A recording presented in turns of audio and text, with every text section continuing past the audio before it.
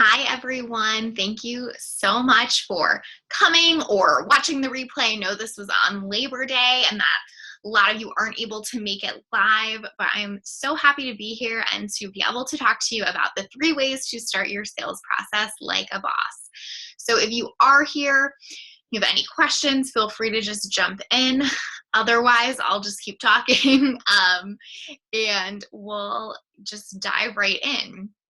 If you're watching the replay and you have questions, feel free to tag me in the Lit Up and Loaded Entrepreneur Facebook group or respond to the replay email and let me know what questions you have, what I covered that felt confusing or that you needed more answers around. And I'm super happy to give you those answers, to chat with you about it, and to engage in that conversation. So just let me know. All right, so today we're talking about the 3 ways to start the sales process like a boss. This is super important because what often happens is we're feeling like the sales process starts once we get on a discovery call. And really, it starts way in advance. And starting it in advance with a solid foundation is the thing that will actually make the discovery call easier, that will make people more likely to convert. So we want to make sure that we have a sales process that works from start to finish, that starts way before the discovery call and ends way after. And we want to make sure that we're starting it in a way that lays a solid foundation for having successful sales and conversions later on. So I'm going to share with you my top 3 tips for doing that and kind of like how you can apply them in your business in different ways. You all know that I'm definitely about taking frameworks and concepts and applying them to you in your business, not having to follow a specific set of steps, but figuring out how it works for you in your business. So that's what we'll do today. I think most of you watching already know me, so I'll just give a very brief rundown. I'm Lacey Craig. My business is called A Lit Up Life, and I'm a business and success coach for service-based entrepreneurs. So what I really help my clients do is to create the impact and income that they really want and to have the means to create a lit up life. So when I used to have a 9-to-5, part of my story is that I would always drive to work thinking, gosh, like, is this all there is? And since starting 2 of my own businesses and being an entrepreneur for a few years now, I have really realized that this path has been what allowed me to create a lit up life. And now I really, really desire to help other women do the same thing and get into that place of feeling like, yes, I can make the income because that's really important and that's what I need to sustain my business. And then also I can create impact while I'm doing that. So that is who I am. That is what I help my clients do. And that is why I'm so passionate about doing sales in the right way, because we can do sales in a way that gives a value, that creates impact, and that also creates income. We don't have to do sales just for the income, and we don't have to not do sales just because we feel like we should help people. So I really want to bridge that gap of finding a way to do sales that feels really good for you and still gets you results. So that's why I created my process called value-centered sales. It's really me taking my business background and my psychology background and combining the 2 and figuring out how do we do sales without all these like hardcore tactics so that we're still in integrity as coaches, as service providers, as people who are here to help, but also still able to make a really great living and make sales. So today you're learning part of the first step in value-centered sales, which is creating a strong foundation before you even get on the sales call. So let's dive right in to what those steps look like. So the first step is create amazing content consistently.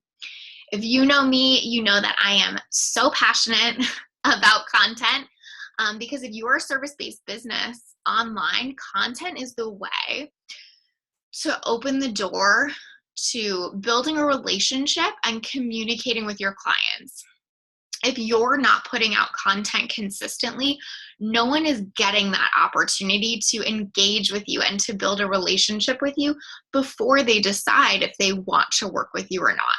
And so that's why this is a really important foundation to starting the sales process, is because we have to be available to show our potential clients what we're about, what we stand for, what our message is, what we have to offer them, so that they can decide if they want to engage in the next step of the sales process with us. And so that when they do engage in that next step, they're much more likely to buy because they've already had a ton of communication and interaction with us, or even just, reading what we're doing. Maybe they're not always engaging with you. I know I've definitely had clients that have told me like, oh, I've been reading your content for months. And I'm like, you've never even liked anything. I've had no idea, right? So it's not just about putting out content and getting the likes. It's about creating an opportunity for your clients, your potential clients, to really get to know you and get to know you in a way that feels comfortable for them at first. So, content is a way for them to do that with comfort. And what I mean by that is, I see a lot of people coming out of the gate trying to pitch a discovery call, and they think that's the beginning of a sales process. And that's not creating safety or comfort, because the first time that person's interacting with you is about like, are we going to work together? Get on a call. It's really intense, right? And so if we can give them this opportunity to first read our stuff and maybe not engage with us, and then maybe read our stuff and engage with us, we're really building that solid foundation. So let's talk about that. What does it look like to create amazing content consistently? Well, first is it has to relate to a clear message. So what I mean by this is that you have to know what the message is that you're trying to convey in your business, so that all of your content can tie back to that message, right? So like I told you earlier, obviously in my business, I help clients to create impact and income in their businesses so they can have a lit up life. So all of my content needs to tie back to how are we creating that impact and income, right? So that way, when people are reading my stuff, I'm always drawing it back to what I'm about and what I can help them with. I'm not assuming that they'll be able to make that connection. I'm not assuming they've read my message somewhere else. I am always staying on topic and always making it clear that this is what I'm about and this is what I can offer, and speaking into that through my content and staying on that message through my content. The other piece of creating this great content besides staying on message is speaking to your ideal client like you're talking to your best friend. This is so important because, again, we're forming that bond with them before they've maybe ever even interacted with us, right? And imagine how much different the sales process would be if they feel like they've been getting emails from us that felt like they were to them, to our best friend. Then when we get on a sales call, we feel like we have a relationship. We already know each other, right? So it's such a solid foundation. We're not speaking at people, right? Like, we're not creating content that's like, do this thing because I know better, I'm better, right? We're talking like, here are some of my tips. How does this work for you? This is what I'm about. This is what I'm an expert at. How can you apply that to you, right? We're really creating an environment that feels safe, not like we're up here and our potential clients are down here, but like we're at the same level and we're giving them a beautiful opportunity to learn from us and grow together, just like we would a best friend, right? Sometimes you have to tell your best friend the tough things. Sometimes you just need to hold space and cheerlead with her.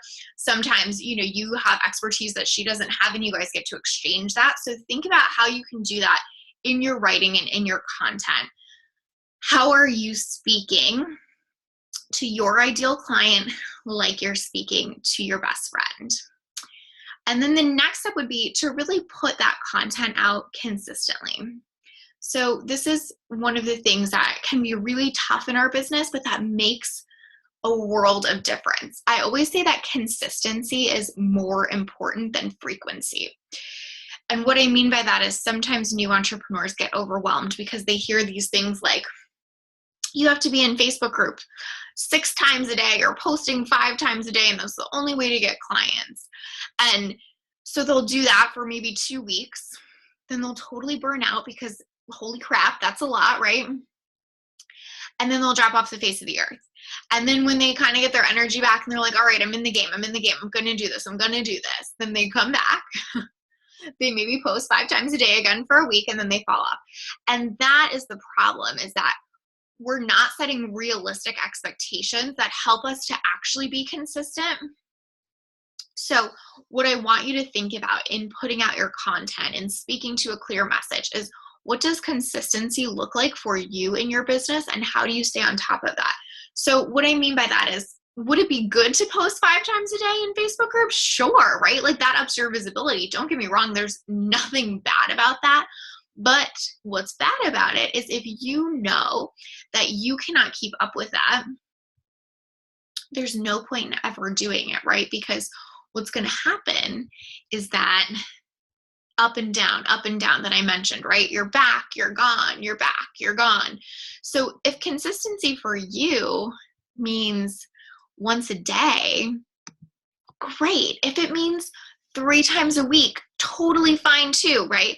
It's just about hey, Megan. It's just about what does consistency look like for you in your business. So that is the relationship piece, right? I want you to think about if you're dating somebody, for example. If they call you every day for 5 days and then they disappear for 4, and then they're back and they're calling you again every day and then they disappear for a week. That's not what a relationship is built on, right? We would all be extremely annoyed and over that. So think about that with your audience. Think about that with the relationships and audience you're building during the sales process. Is how are you delivering that message in a way that is consistent and feels good for you, so that you can actually keep up with it, and that it actually allows you to build that relationship, not kind of show up and then fall off the radar. It's also what makes clients feel comfortable buying from you, by the way, because you're showing that you're available to work in your business consistently, to show up in your business consistently. So again, like when we're talking about making the sales process easier on the back end, when you've shown your audience, I show up, I'm here for you, I'm invested. It may be Monday, Wednesday, Thursday, and Saturday, but guess what? I am religious about those and I show up. That is what they want to see, right? If you blog once a week and they just get your blog once a week, that is what they want to see, is that when you commit to something, or when you say you're going to do something, or say you're going to be there for them, that you are, and that you care, and that you show up, because that makes it so much easier to buy from you. It makes it so much easier to say yes. So keep to consistency with your content. Keep to a consistent schedule that actually works for you in your business, not that you think works for someone else, but that you'll actually be able to keep up with. And then the last piece under step 1, which is create amazing content consistently, is provide value. So value-centered sales is all about, like, where are the value points at different places in the sales process, and how does our value look different at each of these points, right? The value I give on a discovery call is totally different than the value I'm going to give in my free content. But that's what I want you to look at, is how am I providing value at this first step of the sales process in the right way? So with my content, how am I making sure that I am giving people the opportunity to get results for free? Imagine if somebody gets a result from your free content. It is an absolute no-brainer next step to work with you, right? Imagine if they, take your freebie, do a challenge with you, and they get a client, or they feel more confident, or they lose 5 pounds, or whatever it is in your business, and that was their goal, and then you help them achieve that for free. the sales process just got a whole heck of a lot easier, didn't it? Because you're not selling them on your value or on what you can help them do. You just did that, right? So you're not getting on the phone call like, well, I've helped my clients do this, this, and this. You're like, hey, yeah, totally. I helped you create that client through this challenge, and imagine what else we could do if we were working together one-on-one or in this capacity or in this course or whatever it is, right? So think about when you're putting out that free content, how are you structuring it so that they can get value and results just from your free content, so that they can walk away going, gosh, if that was her free stuff, imagine what it's like to work with her. Gosh, if that was like, just something that I did really with like very little direction from her, just a freebie. Imagine if she was like in my business or in my refrigerator or in my workout routine or whatever it is, right? So in your content, it's not just about having them get to know you, although it's that too, but it's about how are you giving them the opportunity to get a taste or a sneak peek of the value you have to offer and what it might look like to work with you. So let's just go back through those really quick. So step number 1 is create amazing content consistently. You're going to make sure it relates to a clear message. You're going to speak to your ideal client like you're talking to your best friend. You're going to put out the content consistently in a way that feels good to you. And you're going to provide value. All right, let's talk about step 2. This one is interesting, and I think, I have a different take than most people on this, but it is be available to provide and exchange your services. What I mean by this is there is this thing that, is out there that like, if you don't charge for your services, if you give someone your services for free, you have a money mindset issue and you're only going to pull in people that want to work with you for free. I totally disagree. I think that it's always about an energy exchange. So anything in the work that we do is about an energy exchange. So if I am coming into my service-based business and I don't really have a lot of experience yet, or maybe I have experience like over here in something similar, but not necessarily in this, or, maybe I worked for a company that did this, but now I'm going out on my own, whatever it is, there is an opportunity to create an exchange in a different way. So the number one thing that, you want to do in this relationship is figure out how you can both benefit. So if you decide to provide your services, say, for free, what can that client do for you, right? Can they show up in your group? Can they give you a great testimonial? Can they be your cheerleader? Can they give you feedback on what worked and what didn't work, right? So the exchange is still there. You're giving them time and they're giving you something you can't get anywhere else right now, which is testimonials and feedback and, social proof, right? Maybe you exchange services with someone. Maybe you're really good at something and they're really good at something else, and you can exchange and then provide each other with testimonials. So what I really want you to think about in the beginning of your sales process is, do I have the opportunity to build my credibility, build my social proof, and have this really amazing energy exchange so that it's easier for me to sell other clients because now I have clients. It's easier for me to sell other clients because I know what I'm like as a service provider. I am in the mindset of being in my business and running my business. This was super important for me at the beginning of my business. I actually took on 3 clients for 3 months for free when I started my business. Now, I have a lot of experience, right? I have my MBA, I have a master's in mental health counseling. I ran a nonprofit. I own another business, but I had never done it in this format, right? So it was really important to me to go, okay, like, how do I just do this? How do I get in the mindset? How do I be the woman that's coaching and running a service-based business? How do I be the business coach I want to be? Not, how do I wait for someone to come along and validate me by paying me. Like, no, I'm just going to go out there and create my own social proof and validation.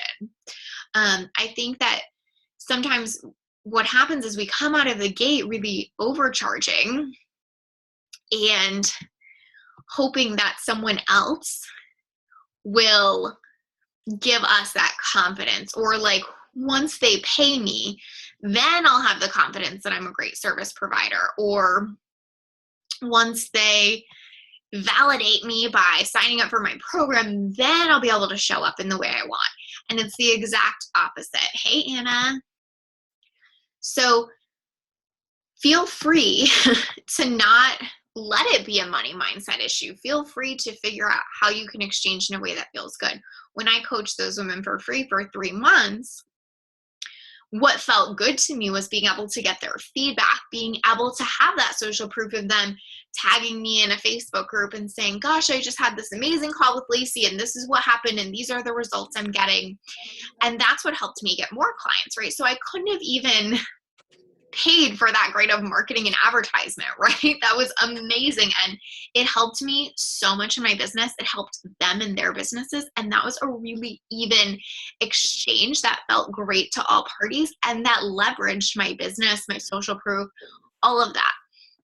So if you're in that phase of like, why can I not like get people interested in a sale? Or, why can't I get that first sale? Consider doing it in a different way. Consider exchanging in a different way and using that to continue to get sales. So those 3 clients for me that I coached for free, they all turned into paying clients. So, it's not necessarily, do I do this to get a paying client, right? It's, do I do this, create an even energy exchange, and then see what comes from it? Because whether they become your paying clients or someone else does, if you have clients that you're getting results for, paid or unpaid, that is the first step to creating momentum and an amazing sales process. Because now let's take this a step further. We're on a discovery call and we're saying like, well, my client so-and-so, well, I guess you wouldn't say their name. One of my clients was able to get this result through our work together. You're making it so much easier on the back end when you're setting that strong foundation on the front end. And when you're available to get results for people, when you're available to exchange in ways other than money potentially, and when you're willing to just show up as the service provider that you want to be. That was one of the number one things that changed for me when I took on those free clients, is that like I was able to see myself as a business owner or a second-time business owner, as a coach, as someone that got results, and I got to live into that while I was doing it. So be available to provide and exchange services at the beginning, right? Even just a free call with someone. I used to give free calls away in my group all the time, and they converted super well because I was always available to provide an exchange, right? And so even if that person didn't become a client that day, right, I could say like, hey, if you really loved this session, I would so appreciate a testimonial, or if you could tag me in the group and tell people how much you loved it. And then maybe they did become a client that day, or maybe they became a client 2 months from then. But the point is, always being available to exchange services for something that helps you grow your business, for an even energy exchange. That is how you create momentum. That is how you get the word out. And as long as you feel good about it, it will be good. What happens, and I think the reason that a lot of that stuff gets a bad rap, is because we do it to our own detriment, and we do it with resentment, and we don't ask for the even exchange, right? So with those clients I took for free, if I had just decided like, oh, I'm not going to tell them that I want testimonials or feedback or whatever, I'm just going to coach them for free for 3 months, and like, hopefully that works out, maybe they'll be really nice and tag me. I probably could have gotten resentful, right? But because I was really available to say, this is what an even exchange feels like for me. Is that true for you? Would you be available to do that? I was able to feel incredibly passionate and fulfilled the whole time. And so were they, because we were exchanging in an even way. So if you've done this before and you're kind of rolling your eyes, like, oh, I hated that. That didn't really work out for me. I want you to think about if you set up the parameters to make it an even exchange, and if you're making sure that you're available to exchange your services and really show people what you have to offer, so that even if they're not a client today, they're in your pipeline. And when they do show up on that sales call in a month or in 3 weeks or in 3 months, you have already provided them amazing value. You've already built a relationship with them, and the sales process becomes so much easier. So step number 2, let's recap. Be available to provide and exchange your services. Do it in a way that feels good to you. Don't come out of the gate charging a really high price that your energy and confidence don't match with, and then waiting for someone else to validate you. Make sure that whatever exchange is happening, whether it's free, low cost, doesn't matter, that it feels good for you, and that you're never putting yourself in a position where you can feel resentful, or where you're not asking to have your needs met, or you're not getting your needs met. And that will work wonders in setting that foundation, because here's the thing. Most people in the online space, when we're service providers, are looking for social proof. If you got my friend a result, if you got this other girl in the Facebook group this amazing result, like that could be me too, right? If you're never available to share any of that, or to exchange in a way that gets you those testimonials and experiences, then it is going to be much harder to create that momentum from the beginning. So be available to provide and exchange your services. Step number 2. Now, number 3, the final step to starting your sales process like a boss is build relationships. Now, we've kind of talked about that all along, like, number 1, when we're creating content, what is that doing? Building relationships. Number 2, when we're being available to provide and exchange our services, we're building relationships with the people that we're exchanging with.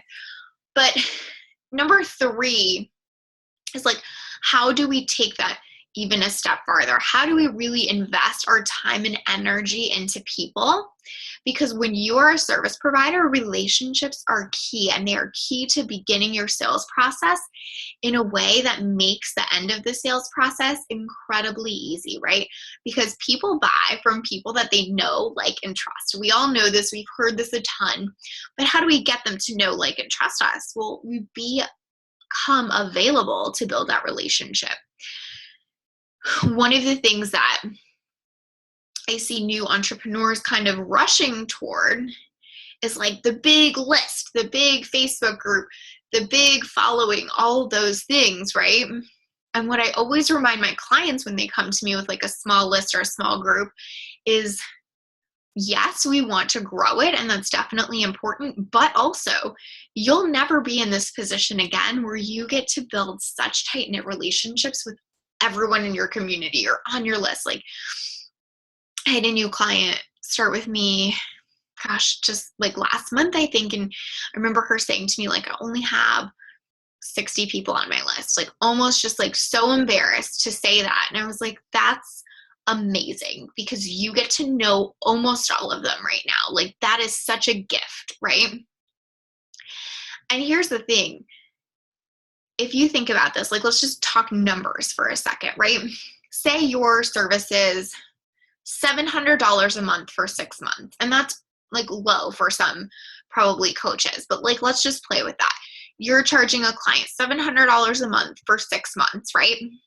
So if you had 10 clients over the course of those 6 months, right, you would be at $42,000 just in 6 months. And then say those 10 clients finish, and then we're going to do 10 more clients for the rest of the year for 6 months, right? We're going to be another $42,000. So we're talking $84,000 for serving 20 clients throughout an entire year at $700. So if your price point is higher, that means even less to get to that amount, or it means even more money in your pocket, right? So I want you to remember and put that in perspective. Like, I don't need to find 500,000 people. I need 20 clients over the course of a year to hit business goals, to make a really good living, to be able to leave my job, whatever it is. And so when you frame it like that, it becomes so obvious why relationship building is key. Because you just need 20 people who you've built a solid relationship with to say yes to you. You don't need 18,000 people on your email list. Now, as you grow, as you sell bigger programs, as you sell more courses, I totally am with you. Like, grow your list. I help all my clients grow their lists and their group and their following. But I just want you to remember that starting the sales process doesn't have to look like, how do I get all the people? It has to look like, how do I seriously serve and build a relationship with the people in front of me? Because, by the way, that's also what will grow your list. When the people around you, love the value you're providing, they will market for you. They will grow your list for you too. So I'm not knocking the grow your list piece, super important. But what I want to prioritize above that is build relationships. Now, as you grow, building relationships might look different, right? Like, now some of my relationship building is automated through email funnels, but it's still about building a relationship, right? But if you're at the beginning of your business, if you're a new entrepreneur, think about like the people in front of you. And I think this is what happens, right? Is we have 100 people on our list. We have 150 people in our group. And we're so focused on, how do I grow? How do I grow it? How do I grow it?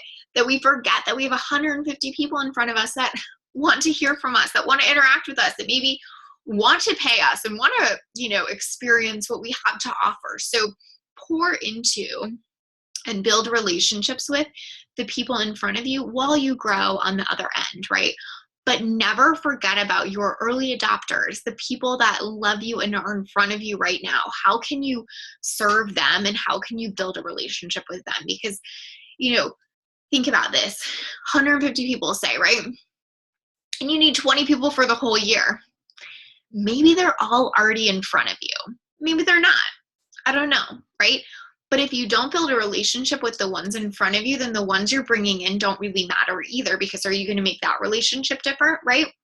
So in everything that you're doing and starting the sales process, make it about building that relationship, right? We can't get away with just sitting behind the computer and like hoping and praying that the right person shows up. We have to engage with them. We have to put out that content. We have to offer those sessions or those experiences, right? We have to help them see how available we are and how much we desire to pour into them and to build a relationship with them. Because the sales process then becomes a no-brainer, right? Like, think about somebody who you love and respect and who's built a relationship with you, maybe the coach that you've hired, right? It's a no-brainer when they have already poured into you. And then you get on the phone with them and you're like, oh gosh, I do jive with you just as much as I thought I would. And I already love and adore you and feel like I know who you are and know what you're about. Yeah, I'm so ready, right? It's not like a convincing thing, because you've already done the groundwork of building that relationship with them, helping them understand that you genuinely care about them. And then no convincing is necessary because they get it. You've done the work, right? So, think about like, where are you in your business and what does building relationships look like for you, right? If you're really growing and scaling, like, let's think about, how are you automating relationship building? If you're really new, how are you serving and building relationships with the people in front of you? Are you offering them, free sessions? Are you doing market research? Are you doing free calls like the one I'm doing right now, right? This is an opportunity for you guys to get to know me, to see that I talk with my hands and play with my hair and that I really care about the value that I'm offering. See what I'm about. Do my values match yours? Like, these are my values, right? Like, build a sales process at the beginning, create a relationship, build a solid foundation. Like, does that match your value? Cool. Like, then we're getting a step closer. So think about how you're doing this with your audience, what place you're at in your business, and what that could look like if you really focused on the relationship building aspect. And when you're kind of getting overwhelmed by that, like always go back to the whole like plan out the numbers thing. Like if I need 20 people for this whole year, that's amazing. Like how do I focus on building 20 amazing relationships and cultivating those into clients? So step 3, let's recap. Build relationships. Invest your time and energy to people. You can't just get away with sitting behind the computer and hoping they will show up. Think about what this looks like in your business. Do you need to automate relationships? Do you need to be more available to create them? What kind of relationships feel good to you? Do you love PM on Facebook? Do you love free calls? Like what can you do in a way that honors and feels good to you that also allows you to be that relationship builder? Okay, so those are the 3 steps to starting your sales process like a boss. Create amazing content consistently, be available to provide and exchange your services, and build relationships. It's like sometimes we make it so complicated, right? I'm sure some of you are like, oh, but isn't there just like this one key to like you just do this one thing and your whole sales process is perfect? And like kind of, yeah, build relationships through these factors, right? But also it takes the work, it takes the effort, it takes doing it in the right way, in a way that feels good to you, so that then when you transition them to a discovery call, it's really simple. And then when you transition them to a client, they're not second guessing themselves. So think about the sales process. This is how I talk about it in value-centered sales, is that it's getting or starting the sale, getting the sale, and keeping the sale. So it's that 3-step process. So we talked about parts of step 1 today, right? Starting the sale, starting your sales process like a boss. And then think about how this foundation sets you up for success in the other 2, right? Makes the other 2 so much easier, but you need a process and you need a plan to make them all flow and all work together. So I hope that was super helpful. This has helped me tremendously in my business, you guys. I have gone my first year in business well over 6 figures. I'm going to be at multiple 6 figures by the end of this year. And, I converted 85 to 90%. And it is because of these things, right? And it is because I have a sales process that builds off of these things and works off of these things. It is because I am super willing and available to lay that strong foundation so that my sales calls and conversions become easier and become simpler and feel better to both me and the potential client on the other end. I have a client that came to me and she had like a 10% conversion rate and, was doing different things wrong at different places in her process. And we took her up to 80% just by doing this value-centered process, figuring out where are my value points along the way, how do I make it work, how do I build that strong foundation, and then how do I build off of that. So if you're watching this call because you're having trouble setting that foundation, because you're having trouble getting through the starting, getting, and keeping sales phase, then I really would love for you to join us in value-centered sales. Up to this point, I've only run through value-centered sales with my one-on-one clients. This is the first time that I'm ever taking this process and putting it in front of a group and, allowing other people to touch it that aren't my one-on-one clients. So I'm really excited about helping others through this because I've seen it work for myself. I've seen it work for a ton of my clients. And I really believe that as service providers, we have a responsibility to do sales differently. And what I mean by that is, as service providers, we always talk about how we're for our clients' empowerment and their highest and best good. And when we're using these hardcore sales tactics and when we're bullying and when we're trying to trick someone into a sale, that is not at all what we're doing. We're not at highest and best good. We're not in empowerment. We're definitely not empowering our potential clients. So creating a sales process that does all of those things and still gets you results is the thing I am best at and I know I can help you with. So if you feel like, okay, I really need to lay these foundations better, you're good. We got you covered in value-centered sales. We're not even talking about the discovery call until halfway through the program, because these things have to happen first. There are more to all of these things that we're diving into for sure, and there are different ways to do these. Then we're going to dive into the discovery call and how to run that in a really empowering, beautiful way that gets a yes and gets you results. And then we're going to talk about how to stay congruent after. How did you follow us? How to keep a sale so that when someone says yes to you on the phone, you're not like, oh gosh, like, should I be worried all weekend until they pay? No, you know that when people say yes, they're staying a yes. So we are walking through the entire process, because for me, sales is not just a piece of any of these things. It is the whole process. It is making it all work. You guys know, in my coaching, I talk about mindset, strategy, and execution a lot, and that's what we're bringing into value-centered sales. Is like, what's the mindset behind it? How are we getting sold on ourselves? What is the strategy? Like, what is my sales process? What does my sales funnel look like? Is this an easy next step for my clients? What is my discovery call strategy? What is my follow-up strategy? And then how do I actually execute on all of these things to get yeses and to make more sales and to make sales that feel good? This is the other thing I'm about, right? Is like, not a yes for the sake of a yes, but getting you yeses from the right people. So if you are watching, if you're watching the replay, you have questions about anything I went over today, or if you have questions about value-centered sales program, I would love to hear from you.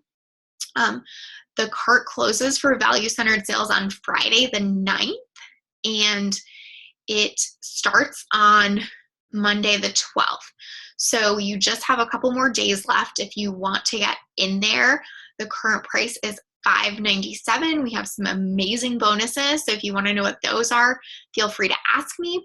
And you can learn about value-centered sales at www.alituplife.com/value-centered sales, all typed out as one word. So let me know how I can support you, what questions you have about starting the sales process like a boss, and what questions you have about value-centered sales. Thank you guys so much for joining me today. If you have any questions right now, I'm super happy for you to jump on and take them. If not, email me, respond to the replay email, or comment in the Facebook group, okay?